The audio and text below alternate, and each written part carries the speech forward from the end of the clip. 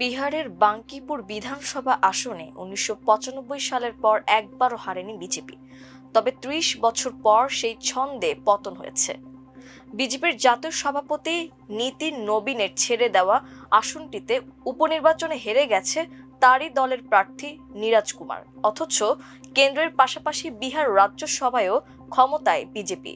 নবাগত জন সুরাজ পার্টির প্রতিষ্ঠাতা প্রশান্ত কিশোরের কাছে বিজেপির দুর্গেই ২০,০০০ ভোটে হেরেছেন নীরাজ।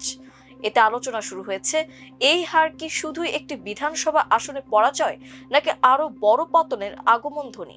সাধারণত একটি উপনির্বাচনের ফল দিয়ে জাতীয় রাজনীতির গতিপথ পরিমাপ করা যায় না, কিন্তু বাঙ্কিপুরের ফলাফলকে সেই দৃষ্টিতে দেখছেন না অনেক রাজনৈতিক পর্যবেক্ষক ও ভারতের কয়েকটি শীর্ষ সংবাদ মাধ্যম।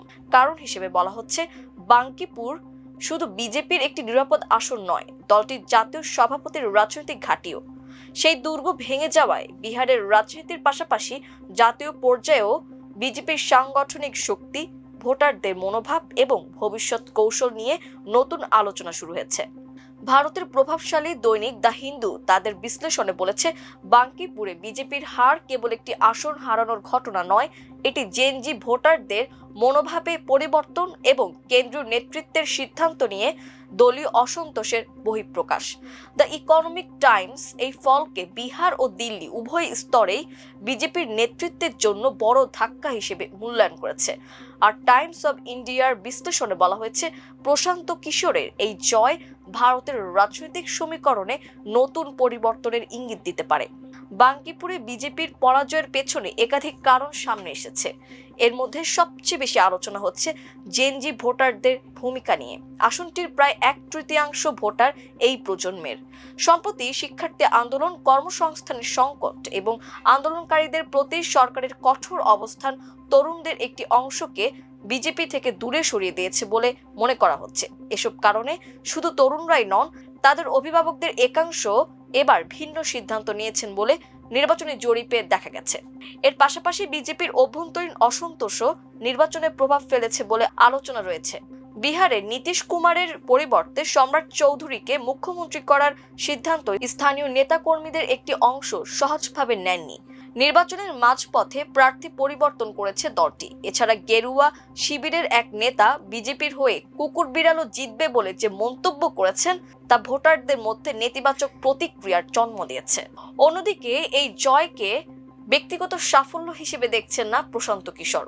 ফল ঘোষণার পর তিনি বলেছেন, এটি কোনো ব্যক্তির লড়াই ছিল না, বরং এটি ছিল বর্তমান শাসন ব্যবস্থার সম্পর্কে বিহারের মানুষের স্বতঃস্ফূর্ত মতামত।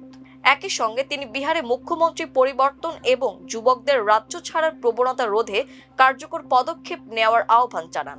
বাঙ্কিপুরের ফল শুধু বিজেপিকেই নয়, বিরোধী রাজনৈতিক দলগুলোকেও নতুন করে ভাবতে বাধা করছে। বিরোধী শিবিরের নেতাদের একাংশ মনে করছেন, এই ফলাফল প্রমাণ করেছে যে বিজেপির বিরুদ্ধে লড়াইয়ে প্রচলিত বিরোধী দলগুলোর বাইরেও নতুন রাজনৈতিক শক্তি জায়গা করে নিতে পারে। আরজেডিও স্বীকার করেছে, এই ফল তাদের জন্য একটি বার্তা। নিজেদের রাজনৈতিক কৌশলে পরিবর্তন আনার কথা ভাবছে দলটি। যদিও একটি উপনির্বাচনের ফল দেখে বিজেপির পতন শুরু হয়েছে, ভাবাটা আরেকটা বাহুল্য। তবে নিজেদের ৩ দশকের অভেদ্য দুর্গ হারানো, তরুণ ভোটারদের মনোভাব পরিবর্তন, দলের অভ্যন্তরীণ অসন্তোষ এবং নতুন রাজনৈতিক শক্তির উত্থান, সব মিলিয়ে বাঙ্কিপুর যে বিজেপির জন্য বড় একটি সতর্ক বার্তা, তা নিয়ে খুব বেশি দ্বিমত করছেন না কেউই। এখন রাজনৈতিক বিশ্লেষকদের নজর ২০২৯ সালের লোকসভার নির্বাচনের দিকে। বাঙ্কিপুর কি কেবল বিহারের একটি ব্যতিক্রমী ফল, নাকি বিজেপির দীর্ঘ রাজনৈতিক আধিপত্যে চির ধরার প্রথম ইঙ্গিত? সেই উত্তরই খুঁজবে ভারতের আগামী কয়েক বছরের রাজনীতি।